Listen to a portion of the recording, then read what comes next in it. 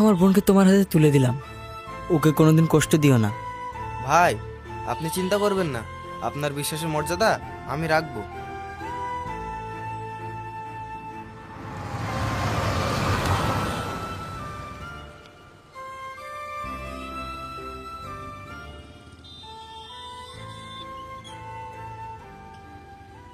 চলো।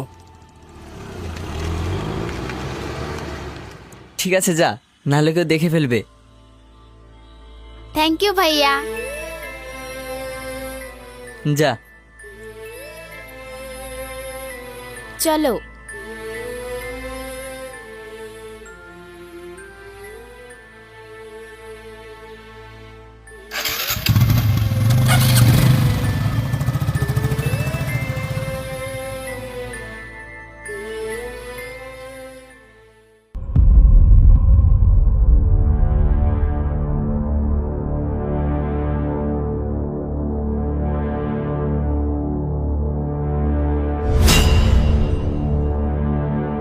সেলিম, দিশা কোথায়?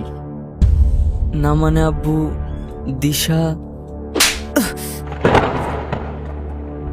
তোকে কি আমরা এই শিক্ষা দিয়েছি? আব্বু, তুমি আমাকে ভুল ভাবছো। সেলিম, তুই আমার ভাইপো হলেও তোকে আমি নিজের ছেলে মতো দেখেছি। তুই জানিস তোর বোনের বিয়ে ঠিক হয়ে গেছে, আর তুই ভাই হয়ে তোর বোনকে অন্য একটা ছেলের হাতে তুলে দিতে পারলি? চাচা, আমার কথাটা একবার শোনো, আমি দিশার ভালোর জন্য এটা করেছি। থাক, অনেক হয়েছে। আর ওর ভালো মন্দ দেখার জন্য তো আমরা আছি। তোর নাক গলানোর কি দরকার ছিল? ও কি বলতে চাইছে সেটা তো একবার শোনো। কি শুনবো ভাবি? পরশুদিন দিশার বিয়ে, আর আজ ও এই কাজটা করলো। আমাদের মান সম্মান সব মাটিতে মিশিয়ে দিল। তুই এক্ষুনি এই বাড়ি থেকে বেরিয়ে যা। আব্বু, চুপ!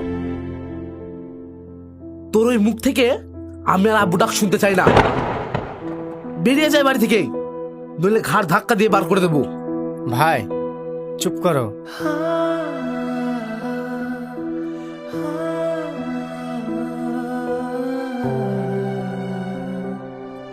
সেলিম, সেলিম, কোথায় যাচ্ছিস বাপ? দাঁড়া। চুপ করো সবাই, যাও ঘরে যাও। এই পরিবারের মান সম্মান যে ধুলোয় মিশে দিয়েছে, তার উপরে তো দরদ কিসের? যাও।